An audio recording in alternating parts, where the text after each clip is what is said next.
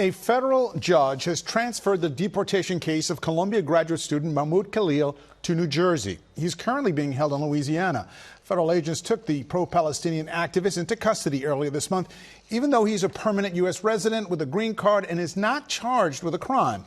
His detention has set off a wave of new protests in New York City. ABC's Aaron Katersky live in the newsroom with the new developments in the case and other cases involving the Trump administration's crackdown on immigration. Aaron. And Khalil scored a partial victory today, David, when a federal judge kept alive his petition for release. The judge said this is indeed an exceptional case for the reasons you outlined, David, and there is a need, the judge said, for careful judicial review.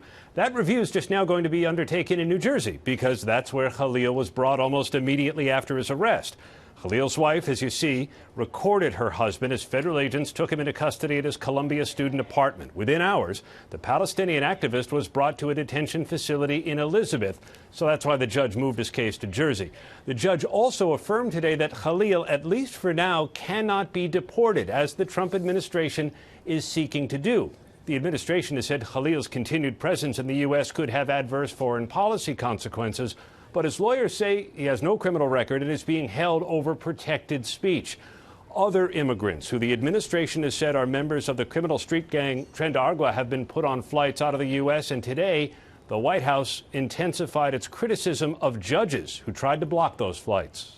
Since you brought up the judges, I would like to point out that the judges in this country are acting erroneously. We have judges who are acting as partisan activists from the bench. They are trying to dictate policy from the President of the United States. They are trying to clearly slow walk this administration's agenda, and it's unacceptable. The Chief Judge of the United States Supreme Court, John Roberts, has admonished the White House's rhetoric, saying disagreements over judicial opinions should come up in appeals courts and not come under attack.